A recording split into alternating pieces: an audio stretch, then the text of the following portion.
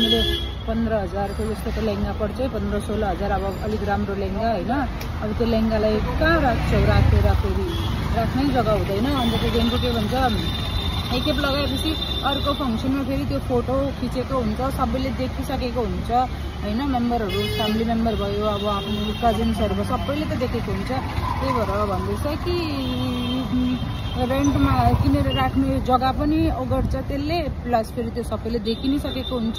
Next time अब कोही function आउँदा फेरि नयाँ चाहिन्छ। त्यही भएर रेन्टमा लियो बेस्ट हुन्छ, राख्नु पर्दैन, झन्झट सम्हालेर राख्नु झन्झट छैन भन्दैछ हैन। त्यही भएर म आज लेहेंगाहरु जाँदैछु।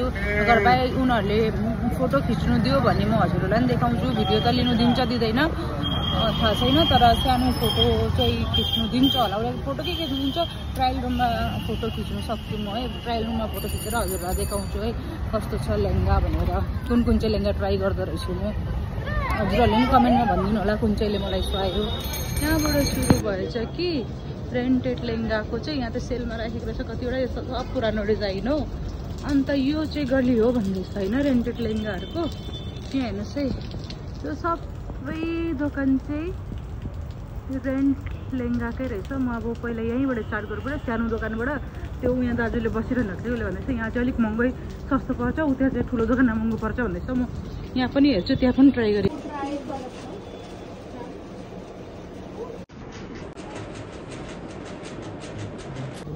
त्यहाँ त ट्राई गरेर आइसकेँ। अब म यहाँ जाँदैछु लेहेंगा ट्राई गर्नुको लागि। अब हेर्छु यहाँको चाहिँ कस्तो रहेछ असलियत।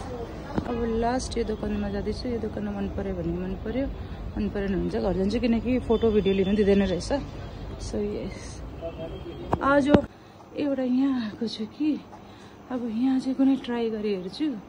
त्यहाँदेखिको यहाँबाट मन पर्यो भने चाहिँ यहाँबाट एउटा लेहेंगा लिन्छु। लेहेंगा छ कालका ब्राइडल है क्या क्या कालका ब्राइडल है इसको नाम चाहिँ कि ब्राइडल लेहेंगा रहेछ, यता नन ब्राइडल रहेछ। अब म चाहिँ ट्राई गरेर हेर्नु पर्यो एउटा। फर्स्ट त त्यो लेहेंगा ओरेन्ज त ट्राई गरिसकेको थिएँ, त्यहाँदेखिको यो ट्राई गरेँ। यो चाहिँ ठिक्कैको रहेछ, तर ब्लाउज अलिकति छोटो थियो। प्लस यो लेहेंगा यसमा चाहिँ यसको क्यानक्यानै बिग्रेको रहेछ। क्यानक्यान राम्रो थिएन, तर लेहेंगा त राम्रै थियो त्यो। तर योभन्दा पनि राम्रो त्यो पहिला ट्राई गरेको थिएँ है यसको अगाडि। त्यहाँदेखि लास्ट एउटा लेहेंगा ट्राई गरेको छु पर्पल कलरको, त्यो त दामी छ। यो पहिलालाई रिजेक्ट गरेको थिएँ क्या मैले, बादमा यही लेहेंगा मलाई मन पर्यो। हजुरलाई कुन चाहिँ राम्रो लाग्यो मलाई भिडियोमा भनिदिनु होला। Thank you for watching.